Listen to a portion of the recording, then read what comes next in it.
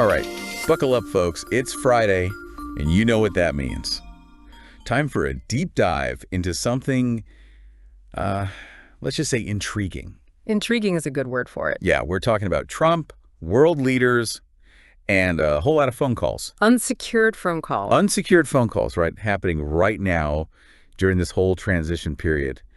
And let's just say foreign policy experts are, well, they're raising eyebrows, to put it mildly. They are, and with good reason. So we're going to unpack all of that. Like, what's going on here? Well, what's really interesting is just how different Trump's approach is here Okay. from what we've traditionally seen. I mean, usually incoming presidents, they work pretty closely with the State Department. Right, to make sure everything's, running smoothly. Exactly, yeah. To coordinate these calls, there's this idea of the one voice principle. One voice, okay. Yeah, you want to make sure the government is presenting a unified front, speaking with one voice on, matters of national security, foreign policy, all that. Right, consistency, clarity, all that good stuff. Exactly. But it seems like Trump is opting for a bit more of a, shall we say, independent style. Independent, yeah. He delayed signing those transition documents. Oh, right, the ones that would have given his team access to, everything they needed? Yeah, the secure lines, official interpreters, guidance from the State Department, that kind of thing.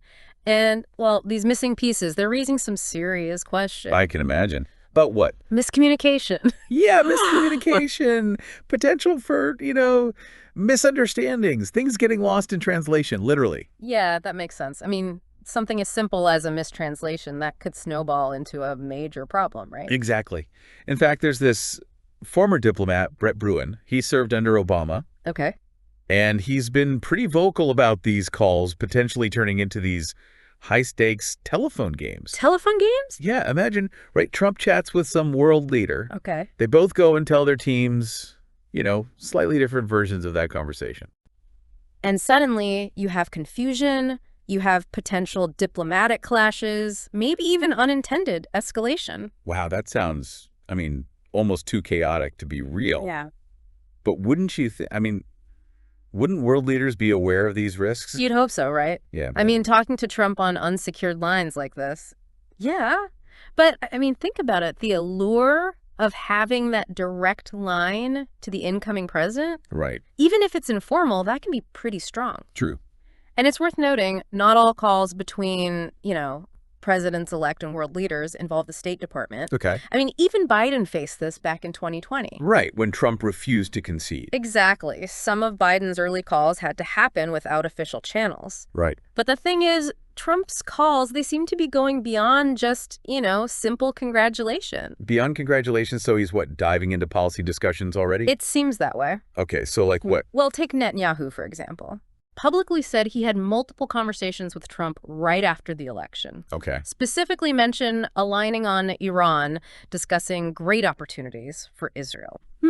Yeah, that goes a bit further than, hey, congrats on the win. Exactly. It's a little more than just pleasantries. Right. So potentially shaping policy before he even takes office? Yeah. Is that even legal?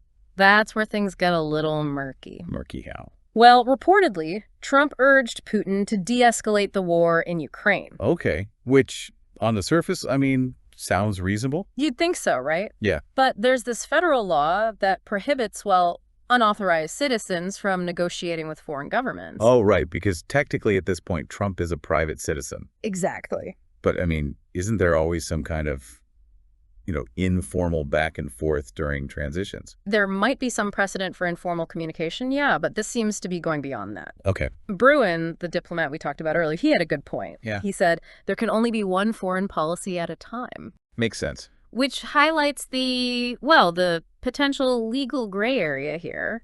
Yeah, this is getting complicated. Yeah. So we've got potentially illegal policy discussions all happening on unsecured lines. What else could possibly go wrong? Well, there's this curious case of the missing call with Putin. It's the call. Yeah, there were reports of a call shortly after the election, but Russia completely denied it ever happened. Oh. And because these calls are happening outside of official channels, there's no clear documentation. So no paper trail, no proof. Exactly. We're left relying on, well, potentially conflicting accounts. He said, she said. Basically. Daniel Freed, another seasoned diplomat, Okay. served under both Democrats and Republicans, by the way. Oh, wow. He really hit the nail on the head. What did he say? He said if the call had been on a regular State Department line, at least there'd be no doubt that it happened. Right. I mean, this lack of documentation just seems like a huge issue, especially if you consider, the fact that these calls are unsecured. Are you saying that foreign adversaries could be listening in? It's not just a possibility, it's highly likely. Oh, wow. Bruen was very blunt about it. He said most of our adversaries, they can tap into these calls. Really? They could be gaining access to sensitive information, potentially revealing vulnerabilities, compromising U.S. interests. This is starting to feel like a spy thriller. Yeah. We've gone from, simple congratulations to, potential legal violations, missing records, unsecured lines, and foreign intelligence is potentially listening in. It's wild. It is. And just when you think it can't get any stranger, enter Elon Musk. Ah, yes. The Elon Musk twist. Okay, I got to hear this. What happened? So apparently when Zelensky called to congratulate Trump, Okay. Trump just handed the phone over to Elon Musk. Seriously? Why would he do that? It's baffling, isn't it? Yeah, it's a bit out there. I mean, you got to remember, Musk is a government contractor. Right, through Starlink. Yeah, which has been, crucial for providing communications in Ukraine. Right. He's also got a pretty close relationship with Trump and, his own personal interests in what happens in Ukraine. Right. So Bruen summed it up pretty well. He said, Musk doesn't have a government role. He doesn't have a security clearance. He does have a whole lot of interest in the outcome of what's happening in Ukraine. So we've got unsecured calls, potentially shaping U.S. policy, disregard for protocol, and now a billionaire tech CEO is just casually chatting with a world leader. Oh. I mean, it's almost unbelievable. Does it get any more complicated than this? Well, there is one more piece to this puzzle. Oh boy, hit me with it. It kind of adds another layer of concern here, Trump's history with classified documents. Uh-oh, this can't be good. Well, you might recall, back in 2016, Trump was very critical of Clinton's handling of classified information. Right, big issue during that election. Fast forward a few years, and Trump himself is facing an indictment for mishandling such documents. Oh, wow. The irony. Some were even found in a bathroom at Mar-a-Lago. Seriously. The charges were eventually dismissed, but, the whole episode, it raises some concerns about Trump's approach to sensitive information. So we're seeing a pattern here. A tendency to disregard established protocols, a casual approach to sensitive information, and, involving private citizens in high-stakes diplomatic conversations. I mean, this is a pretty concerning picture. It definitely raises a lot of questions about the potential risks and consequences of all of this. And, that's what we're here to explore. Let's dive a little deeper into the long-term implications, especially as Trump gets ready for a second term. I mean, these unsecured calls and, Trump's whole approach here, it really raises some fundamental questions about, the future of U.S. foreign policy. What kind of precedent does this set? Especially if these patterns continue into a second term. Right. I mean, we're talking about potential diplomatic missteps, compromised intelligence, a complete disregard for, the norms of presidential transitions. It's a lot. It is. It is. And it's not just about these specific calls, right? Mm-hmm. I mean, we have to consider, Trump's overall approach to foreign policy, even during his first term. Absolutely. I mean, those impulsive tweets, the unpredictable statements, the aversion to those traditional diplomatic channels, it all kind of feeds into this, right? It does, yeah. You're right. It's not just about these calls. It's a symptom of a larger issue, this disregard for the importance of, careful strategic diplomacy. And that has serious implications for America's standing in the world, its relationships. This is sounding pretty alarming. What are some of the long-term consequences we could be facing here? Well, one of the most immediate concerns is the potential damage to relationships with our allies. Okay, damage how? Well, I mean, trust is essential for strong alliances, right? Of course. And actions like these, they can erode that trust, which makes it a lot harder to collaborate on global issues. So while Trump might think he's, getting things done quickly by bypassing traditional channels, he could be jeopardizing those long-term partnerships. Exactly. Yeah. And that can have ripple effects. I mean, think about it. Trade agreements, collective security efforts, all of that. Wow. And another major concern is, just the increased risk of misunderstandings, miscalculations. Right, because when communication is informal Hmm. and there's no clear documentation. Exactly. Things get lost in translation. And that can lead to, well, diplomatic incidents, economic retaliation, maybe even military escalation. It's like playing a high-stakes game of telephone, but instead of whispers, we're dealing with, national security and international relations. That's a good way to put it. And the stakes are incredibly high. I mean, these actions, they also risk damaging America's reputation, its credibility on the world stage. How so? Well, if the U.S. is seen as an unreliable partner, other countries might hesitate to cooperate, on critical issues. Like what? Climate change, trade, global security. I mean, take your pick. So the consequences, they go way beyond a few awkward phone calls. They do. We could be talking about, like, a decline in global influence, economic instability, even threats to national security. You got it. It's crucial to understand that foreign policy decisions, they have real-world consequences. Yeah. For everyone, not just the folks in Washington. Right. This affects all of us. It affects our economy, our security, our relationships with the rest of the world. Given all these risks, I mean, is there anything that can be done to, to mitigate the damage? That's a tough question. It really comes down to, accountability and a commitment to upholding those democratic norms. Okay. Congress has a role to play, obviously, in providing oversight, making sure the executive branch operates within the bounds of the law. But the American people have a responsibility, too. What can we do? We need to stay informed, engage in, thoughtful discussions, and hold our leaders accountable for their actions. We can't afford to be complacent. The stakes are too high. I get it, but it's easy to feel overwhelmed by all this. Like, these issues are beyond our control. I understand that feeling. I really do. But that's why we're here. To break down these complex topics, explore the potential consequences, empower you to engage more deeply with, well, the world around you. Knowledge is power, right? Understanding the implications of these actions, that's the first step toward making informed decisions. It's remarkable. We started this conversation talking about unsecured phone calls, and now we're talking about the fate of U.S. foreign policy and the future of democracy. It really shows how interconnected everything is. It really does.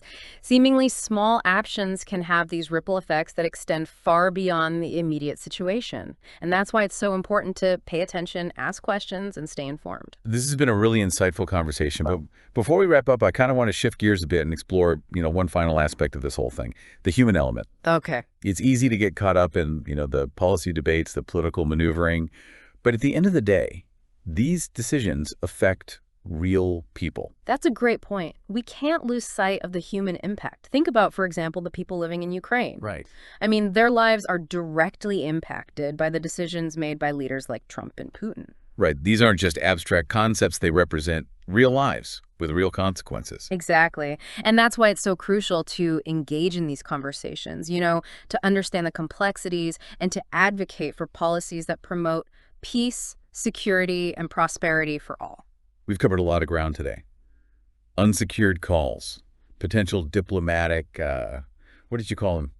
Landmines. Landmines, right. And even Elon Musk popping up in this whole saga. Yeah. It's easy to get, lost in all the details, but I think it's important to step back, zoom out for a second and ask, why should the average person care about any of this? Yeah, it's a great question. Because it's easy to kind of dismiss this as just, political drama. Right. Something that doesn't really affect our daily lives. But, the truth is, foreign policy decisions, they do have a direct impact on everyone. They affect our economy, our security, even our relationships with the rest of the world. Can you give us some concrete examples? How could these, seemingly distant events, how do they translate into real consequences for, everyday Americans? Sure. Think about trade agreements. Okay. If the U.S. alienates its allies, through unpredictable behavior, inconsistent messaging, those trade deals could be at risk. Right. And that could lead to higher prices for consumers, even lost jobs. Right. Or consider climate change. Okay. Global cooperation is essential to tackling that challenge.